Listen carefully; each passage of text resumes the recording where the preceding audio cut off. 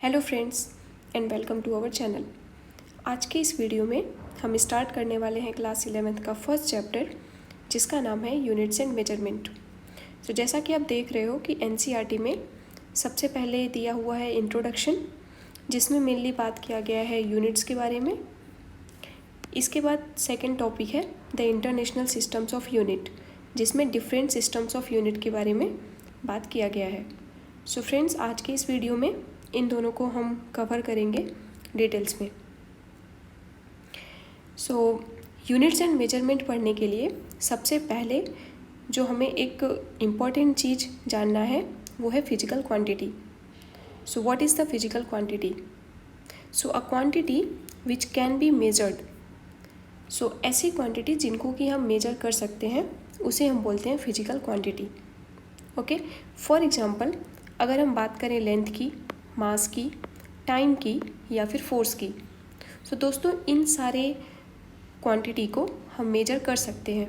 For example हम बोल सकते हैं कि किसी भी एक बॉडी की लेंथ है जो कि 10 मीटर है, किसी भी एक बॉडी का मास है जो 5 kg है, एंड कोई भी एक बॉडी है और मान लो कि उस पर फोर्स लग रहा है, डेट इज़ द 5 न्यूटन। सो इन सारे क्वांटिटी को हम मेजर कर सकते हैं, इसलिए इन सारे क्वांटिटी को हम बोलेंगे they are a physical quantity. But इनके अलावा बहुत सारे क्वांटिटी ऐसे होते हैं जिनको कि हम मेजर नहीं कर सकते। फॉर एग्जांपल अगर हम बात करें हमारे इमोशंस की, सैडनेस या फिर हैप्पीनेस, सो दोस्तों इन सारे क्वांटिटी को हम मेजर नहीं कर सकते। So they are not a physical quantity. Okay, so अब आपको डिफरेंस समझ में आ गया होगा कि कौन सी क्वांटिटी को हम फिजिकल क्वांटिटी बोलेंगे और कौन सी क्वांटिटी को फिजिकल क्वांटिटी नहीं बोलेंगे। ओके, नाउ नेक्स्ट चीज़ आता है कि किसी भी फिजिकल क्वांटिटी को रिप्रेजेंट करने के लिए हमें दो चीज़ों की ज़रूरत होती है।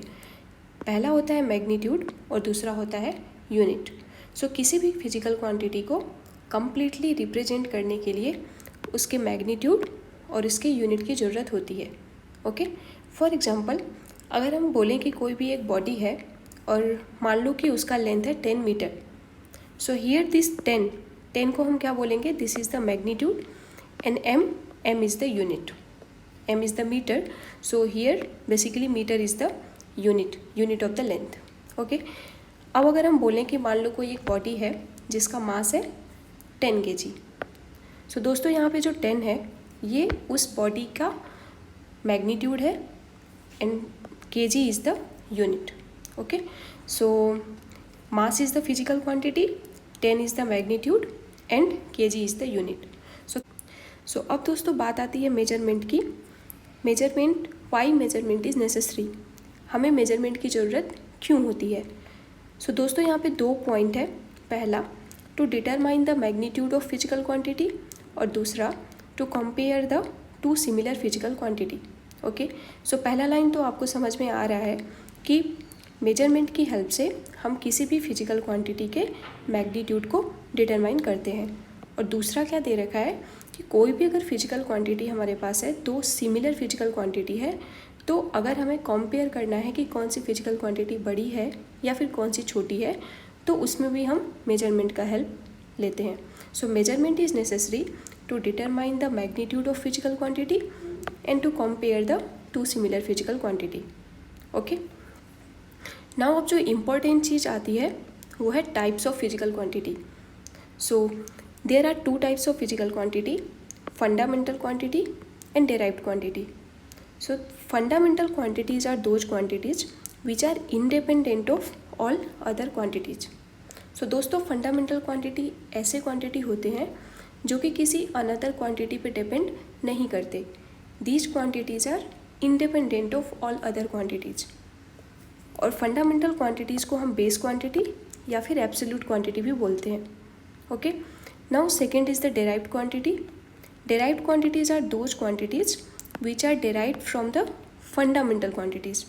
तो दोस्तों डेराइव्ड क्वांटिटी ऐसे क्वांटिटी होते हैं जो कि फंडामेंटल क्वांटिटीज से डेराइव्ड होते हैं। They are not independent, they are dependent on the fundamental quantity.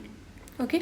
For example अगर हम बात करें लेंथ की, तो दोस्तों जो लेंथ है वो एक इंडिपेंडेंट क्वांटिटी है।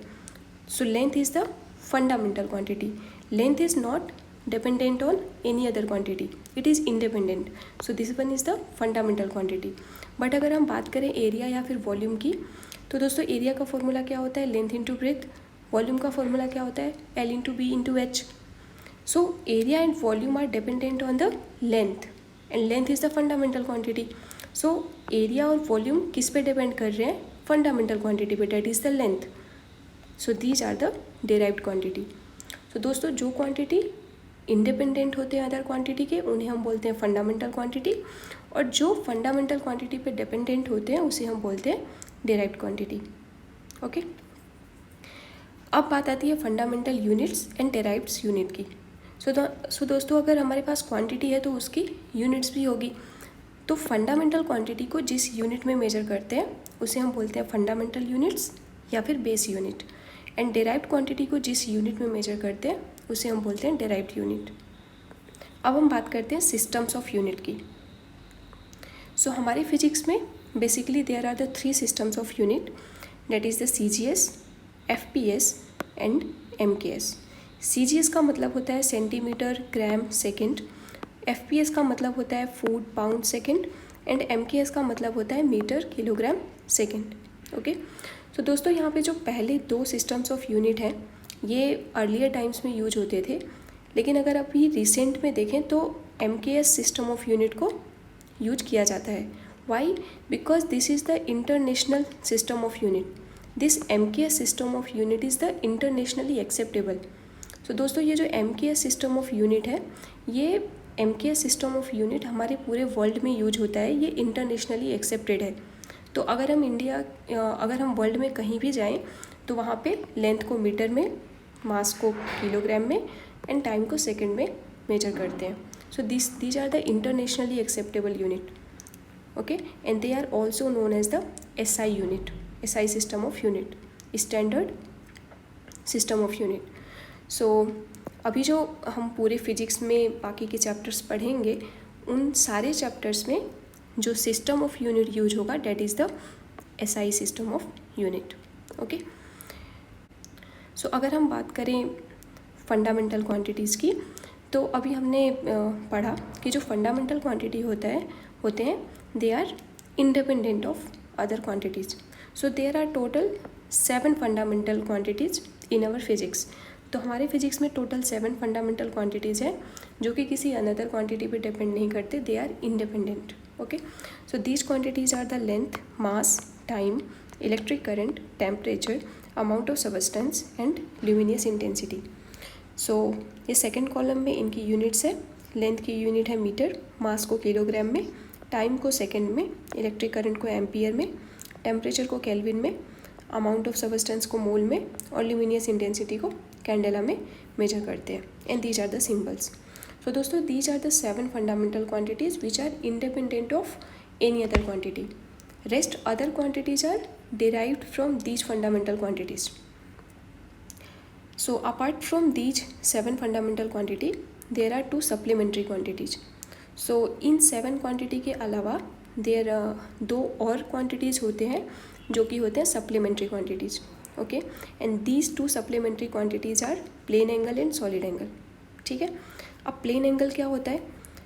अगर मान लो कि हमारे पास कोई भी एक सर्कल है और उस सर्कल का अगर हम एक छोटा सा कोई पार्ट, उसका एक आर्क हम कट कर रहे हैं, तो ये जो आर्क सेंटर पे जो एंगल बनाएगा that is known as the plane angle.